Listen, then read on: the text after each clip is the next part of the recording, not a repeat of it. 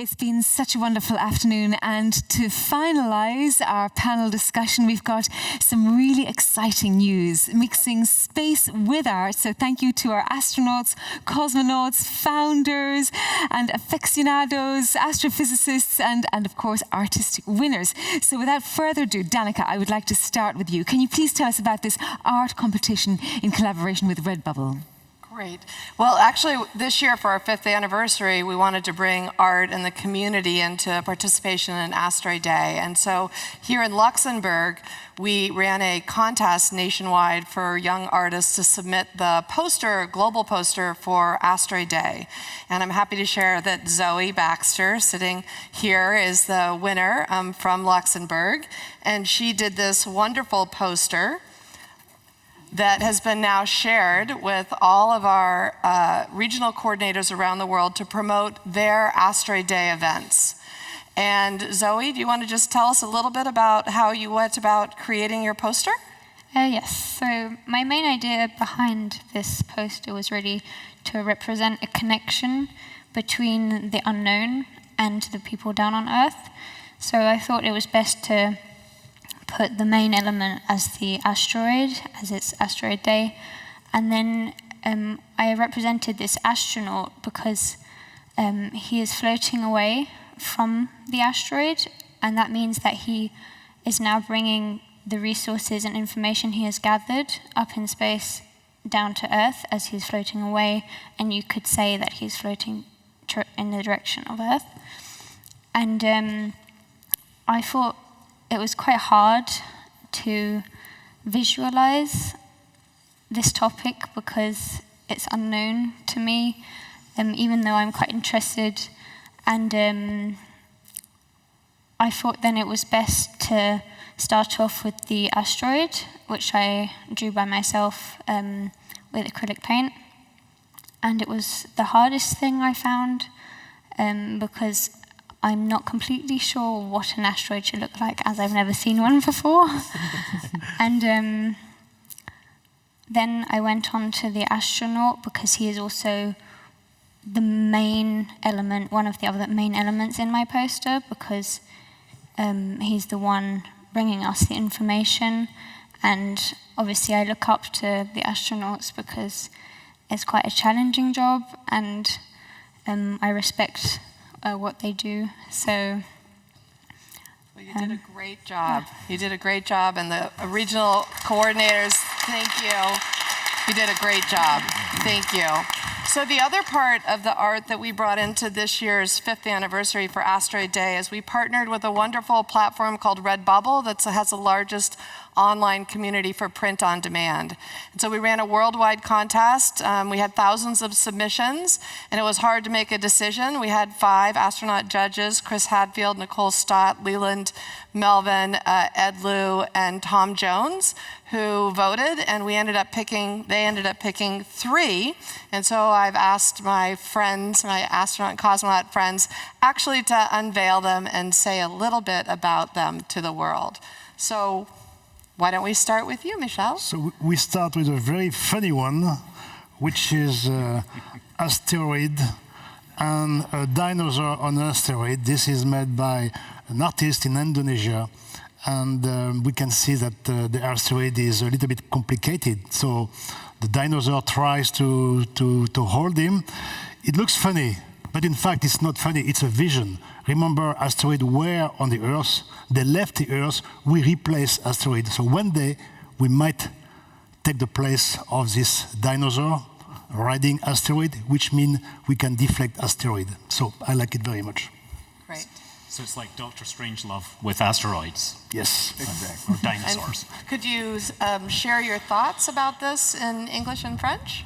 So it's a very nice humoristic design, and I like it very much. But it's also a vision for me. It's something that I appreciate.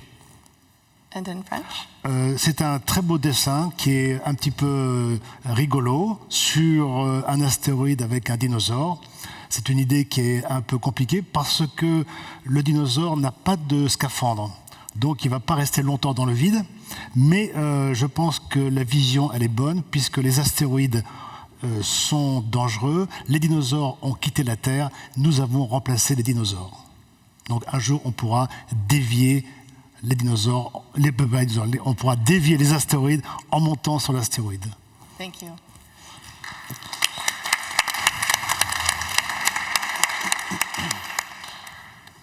Ed?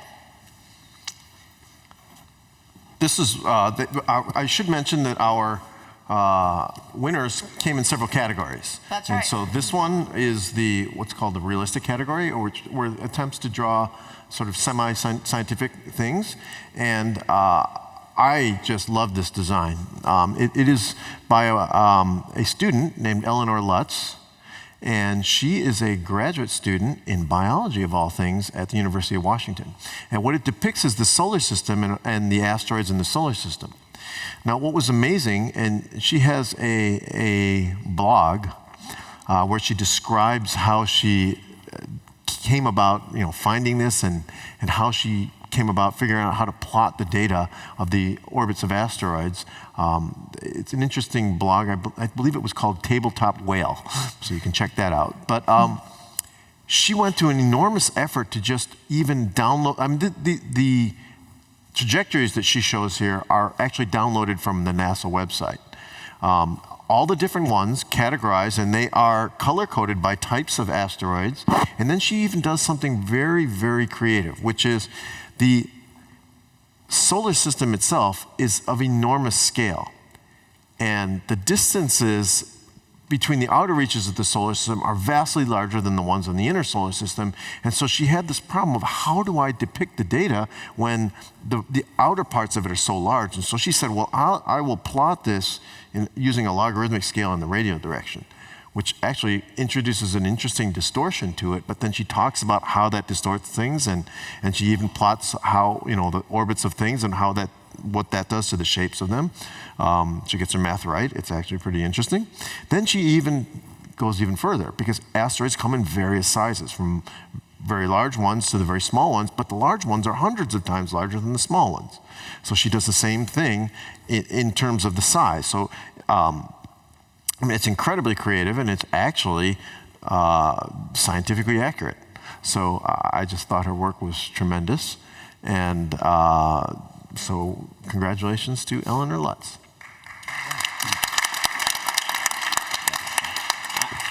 I think it's amazing that she managed to get all the way through that without running out of colors for all the different types of asteroids.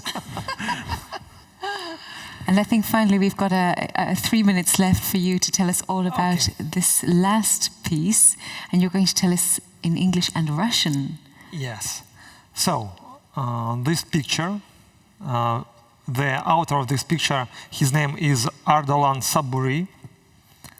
He's designer and engineer, and he's fighting global warming on our planet on his own way. And here we can see his own vision of that way, how we need to protect our planet from the asteroid. Well, my idea about that. As a cosmonaut who likes doing spacewalks, as a person who is a big fan of badminton, I think it's the best way how we need to do that. And in Russian, I would like to say it as well. Я считаю, как космонавт, который любит выходить в открытый космос, как большой поклонник такого вида спорта, как бадминтон, что этот способ борьбы, защиты нашей планеты от астероидов самый-самый лучший, самый первый, который мы должны попробовать. Thank you so much. Thank you all so much. It's been wonderful to mix, and congratulations again to you, Zoe. And just a final word, you can see things in 3D. If we'll introduce you to Michel Patrick out there, he will show you some 3D glasses where you'll see an asteroid in 3D format, at least through some glasses. We've had a wonderful time here this afternoon. It's almost over, so just a few more things to sort out before we have to say goodbye to you in a little while. We are ready to connect again with Brazil at Sonier Observatory, where astronomer Cristóvão Jacques is surfing the skies looking for new near asteroids, near-Earth asteroids. So, Christophe, I have read on your website the many discoveries you have done. And what are you doing right now? Are you looking for new asteroids these very nights, or you are facing bad weather? How is the weather there, and how your work is going? Well, Gianluca, here we are approaching the better season of the year. That's the winter here in Brazil. So we have more clear nights, although this year is not very good yet. But we continue to scan the skies, search the skies on a night basis. It doesn't matter if it's a full moon or new moon. We are searching every night here. We have two telescopes for that. One telescope is 18-inch that we use a strategy to search for farther away objects and dim it one. And the other is it's 11-inch telescope that is focused and search for near Earth passes and bright objects and fast ones. So we have two different strategies for two different telescopes.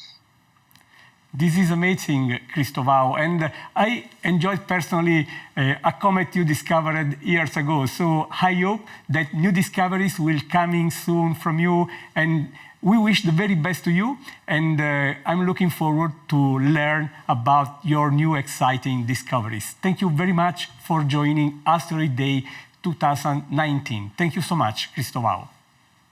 Thank you, Gianluca. It has been a big pleasure for me to join Asteroid Day again this year here in Luxembourg, and I hope you will keep looking up and enjoying these very interesting objects. We love asteroids. Hello, it's Scott Manley here, and we're getting towards the end of Asteroid Day. I am here right now with the most excitable scientist here, Patrick Michel. Hello.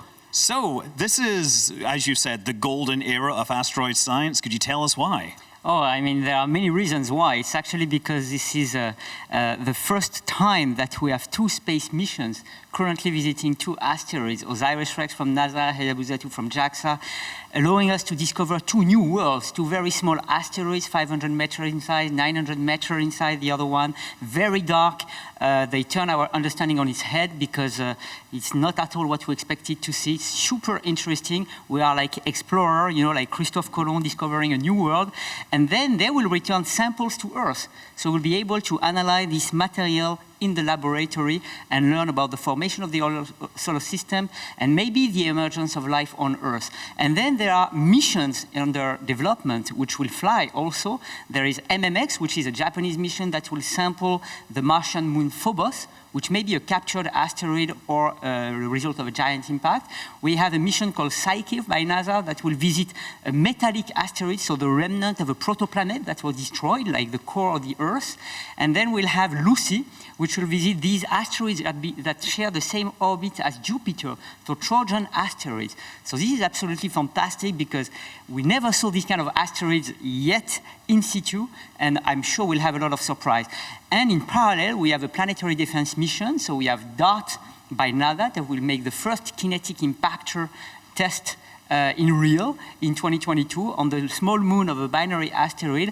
And we hope that, because I talk about NASA, I talk about JAXA in Japan, and what about Europe?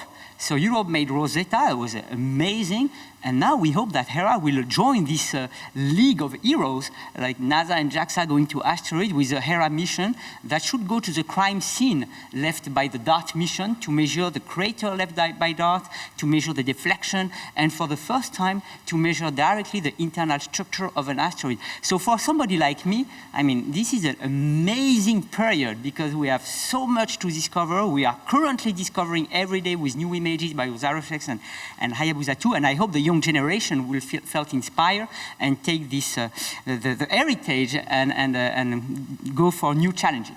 So, were you excited when Ryugu and Bennu turned out to be so similar, or were you disappointed? Oh, no, I was excited because they are they are similar, but they have also differences. But of course, the shape, the similarity in shape is really striking and tells us that there is something going on, like it's not a coincidence. There must be a mechanism that explains why many of these objects are this shape. Actually, I have in my pocket, so this is it's called a top shape, so it's a spheroid with an equatorial bulge, and this is Bennu, but the same for Ryugu. They have the same shape, and this is also the same shape as the primary of the binary asteroid Didymos.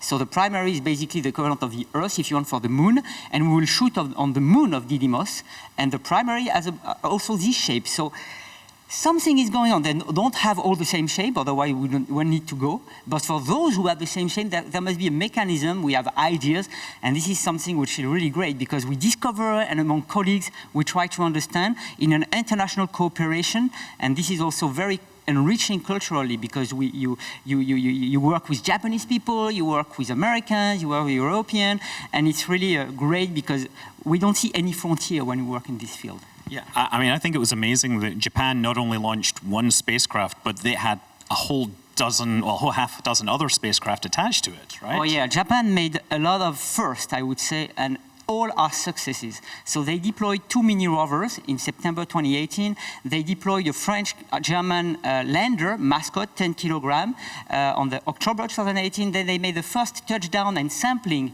of a primitive type asteroid in February 2018. And then an impactor, a real impact experiment on an asteroid.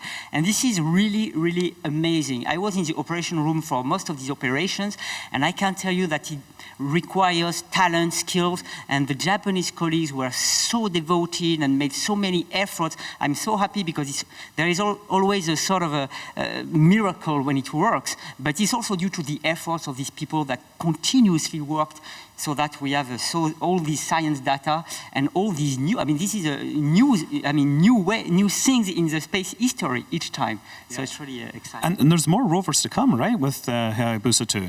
Actually, the Japanese decided to do a second sampling. So we already have a sample, and they said, okay, we made a crater. We want to take a sample around the crater because maybe we will sample subsurface and compare with the sample taken from the surface. And then after that, they will deploy another rover. So there are still other adventures to come, and this is even better than Indiana Jones' adventures, I would say. Okay, well, thank you, Patrick. This is indeed the golden age of asteroid astronomy, and we'll go over to the panel now.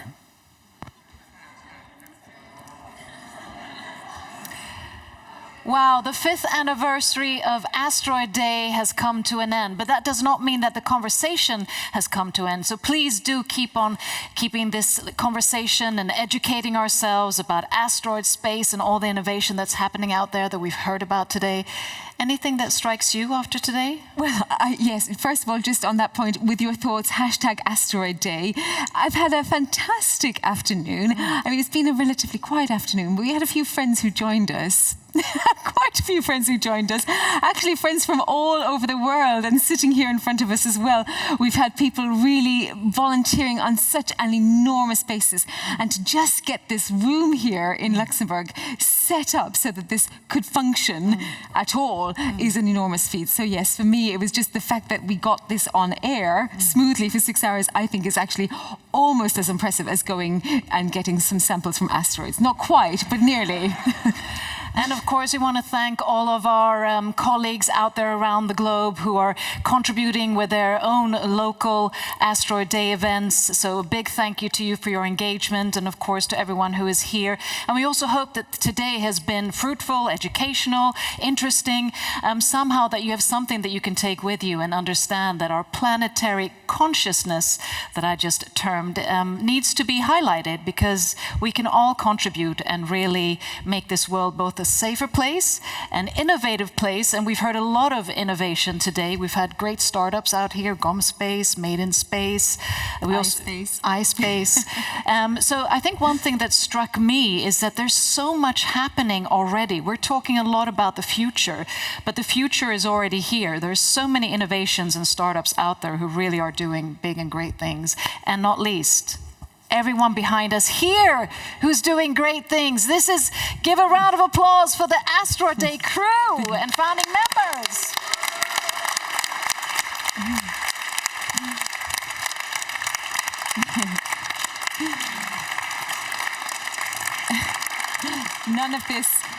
None of this could have happened without an enormous amount of support and help through the course of the night. People have been working all night long on sticking pieces of paper, wires to the ground, all sorts. We live in a really advanced world in some ways, but yet when it comes to production, we still use our paper sometimes and our sellotape. So it's been a huge amount of volunteering work, and for that we are incredibly grateful to you, the founders of Asteroid Day, and I think we all have to give enormous credit to a phenomenal team of people right here at the heart of a greater team, because we are just the mouthpieces for exceptional work. And of course, as you said rightly, Sabine, we have been so impressed by those creating new technology, bringing all of the infrastructure in place, and of course, the amazing people who have actually managed to get into space themselves. So thank you all for your expertise. Thank you all for your help in every single capacity.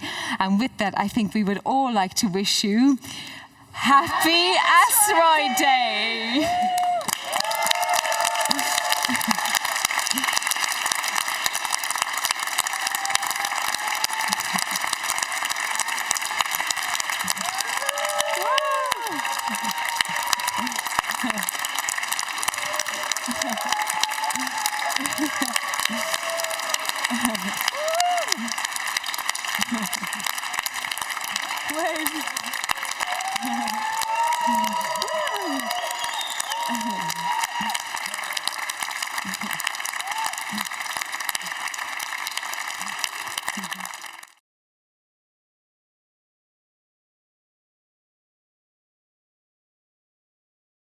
Who better to rock our world than Dr. Brian May, astrophysicist and legendary guitarist of Queen, who co-founded Asteroid Day.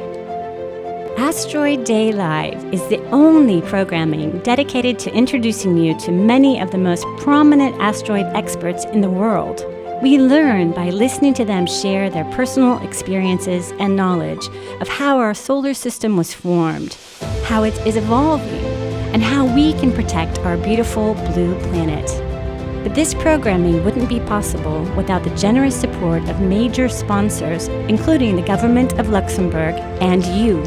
You play a critical role in our ability to shine a bright spotlight on the leading work of astronomers, engineers, scientists, space mission operators, and astronauts, our global rock stars, who bring the topic of asteroids closer to people of all ages and remind our government leaders of the importance of funding planetary science. Asteroids play an important role in our lives, from the formation of our solar system to their extraordinary value for future resource utilization, to enabling ongoing exploration of our solar system, and finally, when they impact our home planet. Asteroid Day is more than just a broadcast program. It's thousands of independently organized events in 192 countries. These events are the heart and soul of Asteroid Day, as they connect and engage students on the subject of asteroids. For many students across the world, Asteroid Day is their only opportunity to listen to, learn from, and to meet astronomers, astrophysicists, and astronauts, heroes of the STEM generation. Your support enables the growth of our network of independent event organizers, so more events can take place. It allows us to not only encourage the future generation of scientists, but to grow our online library of educational tools, enabling more people to dig deeper into asteroids and to connect to scientists, observers, and astronauts. Your support enables us to meet the goals of the United Nations Office for the Peaceful Uses of Outer Space Affairs by generating awareness of what we can do to protect our planet. Please consider becoming part of this movement by donating to Asteroid Day today.